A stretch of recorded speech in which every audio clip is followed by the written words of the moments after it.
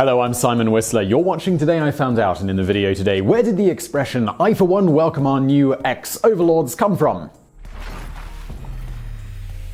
For those not familiar with this meme, the basic idea is to substitute X with any perceived extremely powerful entity that it would be futile to resist. An example of this can be seen when Ken Jennings, after losing to IBM's Watson on Jeopardy in 2011, wrote underneath his Final Jeopardy answer, "I for one welcome our new computer overlords." While you'll often read that this was originally a line spoken by actress Joan Collins in the 1977 film Empire of the Ants, this isn't correct. Nowhere in this movie does any actor or actress say that. And as we read many conflicting accounts of this from otherwise reputable sources, we confirmed it is not spoken in this movie by watching the whole amazingly awful yet surprisingly unintentionally humorous horror film where, to quote, "A heavenly paradise becomes a hellish nightmare when a toxic spill turns harmless ants into gigantic rampaging monster insects." The closest thing to this statement anyone says in the film is after Joan Collins' character, Marilyn Fraser, enters into an enclosed space with the queen ant. The queen then sprays her with mind-controlling pheromones. When Fraser went into the chamber, she was screaming and trying to escape.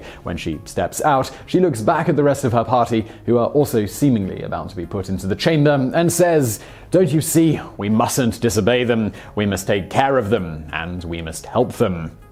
So why do so many people credit this film as the meme's origin? While the line "I for one welcome" was never spoken in the film, when the actual authors of the line came up with it, they were alluding to Empire of the Ants' plot of giant ants enslaving humanity to work in sugar factories. So now the question arises, well, who actually came up with this line? The first known instance of this phrase can be found in the 1994 Season 5 episode of The Simpsons called Deep Space Homer. In this episode, Homer is selected by NASA to be sent into space. While in the space shuttle floating around trying to eat potato chips before they clog the instrument panels, Homer smashes into the ant colony on board, breaking the glass and releasing all the ants. When one of the floating ants gets close to the camera, it looks extremely large, prompting Simpsons anchorman Kent Brockman to think it is a giant ant. He then states the following: "Ladies and gentlemen, we've lost the picture, but what we've seen speaks for itself. The Corvair spacecraft has apparently been taken over, conquered, if you will, by a master race of giant space ants. It's difficult to tell from this vantage point whether they will consume the captive Earthmen or merely enslave them. One thing is for certain, there is no stopping them. The ants will soon be here. And I, for one, welcome our new insect overlords. I'd like to remind them that as a trusted TV personality, I can be helpful in rounding up others to toil in their underground sugar caves."